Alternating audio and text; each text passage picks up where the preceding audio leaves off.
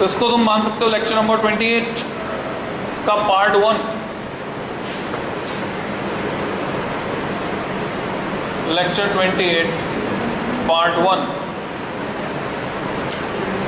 Heading is balancing experiments. ये नाम आया कहाँ से? जो हम पढ़ने वाले Wheatstone bridge, meter bridge, potentiometer, इन सभी में हम क्या करते हैं? बैलेंस पॉइंट ढूंढते हैं। बैलेंस पॉइंट किस पे ढूंढते हैं? गैल्वानोमीटर में जीरो डिफ्लेक्शन आ जाए ऐसी कंडीशन ढूंढते हैं, उसको बोलते हैं बैलेंस पॉइंट। तो इन सभी एक्सपेरिमेंट को हम कॉमनली नाम देते हैं बैलेंसिंग एक्सपेरिमेंट्स।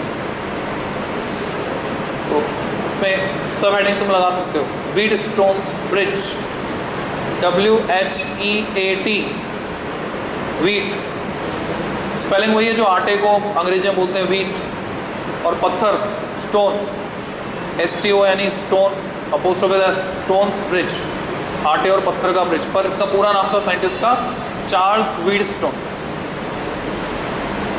तो इसने एक ब्रिज बनाया 4 रेजिस्टेंसेस को जोड़कर। क्या जरूरत आ रही थी इसको? तो हम पढ़ते हैं necessity is the mother of invention. तो क्या जरूरत पड़ी थी? उस समय दूसरे साइंटिस्ट अलेक्जेंडर बेन, उसने बनाया था टेलीग्राफ। पहले जब तक वायरलेस टेक्नोलॉजी नहीं आई थी, 1948 के पहले की बात कर रहे हैं, वायरलेस टेक्नोलॉजी नहीं आई थी, मार्कोनी ने रेडियो का आविष्कार नहीं किया था, तब तक भी कम्युनिकेशन होता था। कम्युनिकेशन होता था वायर्स के थ्रू, टेलीग्राम जाते थे वायर्स के थ्रू। टेलीफोन भी पूरा वायर लाइन वाला टेलीफोन था, अलेक्जेंडर ग्राहम बेल ने टेलीफोन बनाया था। तो ये जो वायर हैं, गांव से गांव, गांव से शहर, शहर से शहर, बहुत लंबी लंबी लाइनें थी, कई कई किलोमीटर लंबी। अब तार कहीं टूट कर गिर जाए तो कैसे पता लगाएंगे? क्या पूरी लाइन के सारे जाते रहेंगे, ढूंढते रहेंगे, कहाँ यहाँ से तो नहीं टूटा, यहाँ से तो नहीं, यहाँ से तो नहीं टूटा? बड़ा कॉम्प्लिकेटेड प्रोसेस हो जाए।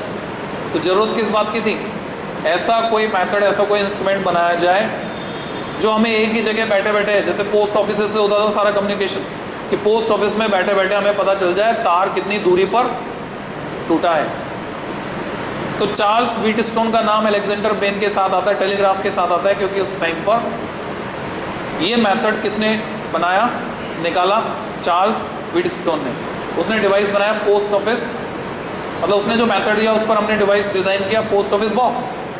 और पोस्ट ऑफिस बॉक्स यही काम आता है कि हम व्हीटस्टोन ब्रिज मेथड से, इसकी मदद से अननोन रेजिस्टेंस पता कर लेते हैं।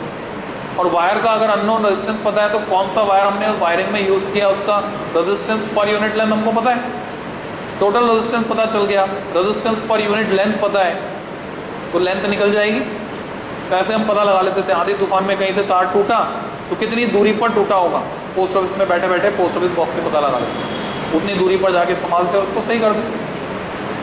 तो चार्ल्स व्हीटस्टोन का बहुत बड़ा कंट्रीब्यूशन रहा है। तो व्हीटस्टोन ब्रिज के बारे में हमें डिटेल में पढ़ना है, बहुत ही इंपॉर्टेंट आर्टिकल है, इसमें डैश लगा के लिखोगे। व्हीटस्टोन ब्रिज में व्हीटस्टोन डिवाइस्ड, एक वर्ड यूज़ करते हैं हम, डिवाइस, बनाया, DEVICED, डिवाइस, किसी डिवाइस को बनाना, device. Wheatstone devised a bridge of 4 resistances. Wheatstone devised a bridge of 4 resistances arranged as 4 sides of a parallelogram,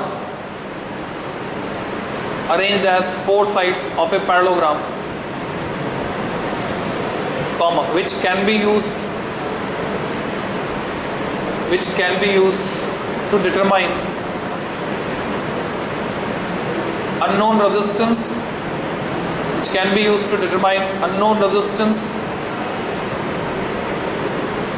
comma, unknown specific resistance,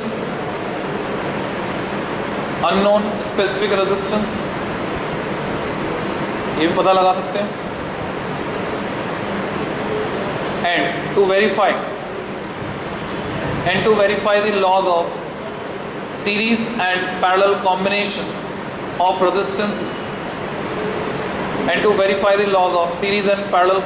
of resistances,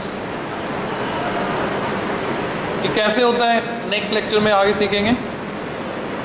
आज की कहानी ख़त्म।